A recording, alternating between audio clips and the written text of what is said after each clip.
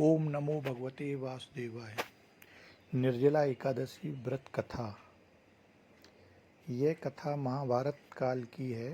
एक बार महर्षि व्यास ने भीम से कहा है, पांडुपुत्र, यदि तुम नरक के कष्टों से बचना चाहते हो तथा मोक्ष प्राप्त करना चाहते हो तो तुम्हें भगवान विष्णु की पूजा करनी चाहिए, दान करना चाहिए तथा प्रत्येक मास की दोनों एकादशी तिथियों को व्रत करना चाहिए। यह सुनकर नरक का उल्लेख सुनकर भयभीत भीमसेन ने व्यास जी से कहा, हे पितामह, मेरे भाई युधिष्ठिर, माता कुंती, द्रौपदी, अर्जुन, नकुल और सहदेव सभी एकादशी का व्रत करते हैं।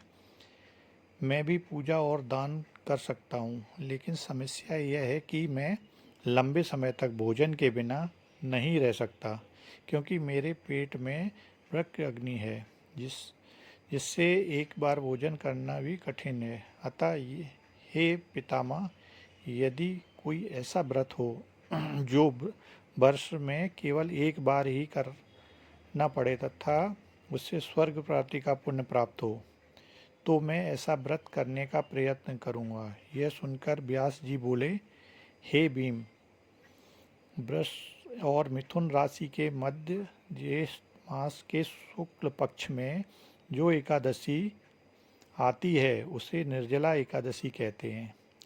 यह एकादशी वर्ष में केवल एक बार आती है, इसलिए आपको इस व्रत को अवश्य करना चाहिए। इस व्रत के दौरान स्नान और आचमन शुद्धिकरण के लिए पानी पीना के अलावा पानी का उपयोग करना वर्जित है। आचमन के दौरान भी सुनिश्चित करें कि पानी 6 बूंदों से अधिक न हो, अन्यथा यह शराब पीने के बराबर माना जाता है। इस व्रत में भोजन और पानी से पूरी तरह परहेज करना पड़ता है। यदि कोई ज्येष्ठ शुक्ल एकादशी को सूर्योदय से लेकर द्वादशी को सूर्योदय तक जल नहीं पीता है तो उसे वर्ष की सभी 24 एकादशियों का व्रत रखने का पुण्य प्राप्त होता है। द्वादशी तिथि को ब्रह्म मुहूर्त में उठकर स्नान करना चाहिए और ब्राह्मणों को दान देना चाहिए। इस दिन ओम नमो भगवते वासुदेवाय मंत्र का जाप करना चाहिए। इसके बाद स्वयं भोजन करने से पहले ब्राह्मणों तथा किसी भूखे व्यक्ति को भोजन कराना चाहिए। निर्जला एकादशी व्रत करने से प्राप्त होने वाला पुण्य वर्ष भर की सभी एकादशी के पुण्य के बराबर होता है।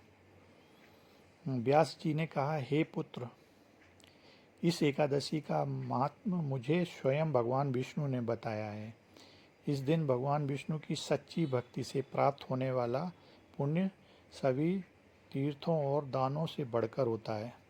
जो व्यक्ति एक दिन बिना पानी के रहता है वह जन्मों के पापों से मुक्त हो जाता है। जो लोग निर्जला एकादशी का व्रत करते हैं उन्हें मृत्यु के समय यम के दूतों की यातना नहीं सहनी पड़ती है, बल्कि भगवान के दूत उन्हें दिव्य वाहन में बिठाकर स्वर्ग ले जाते हैं। व्यास जी के निर्देशों का पालन करते हुए भीम ने निर्जला एकादशी व्रत रखा, इसलिए इस एकादशी को भीमसेनी एकादशी या पांडव एकादशी के नाम से भी जाना जाता है। ओम नमो भगवते वासुदेवाय।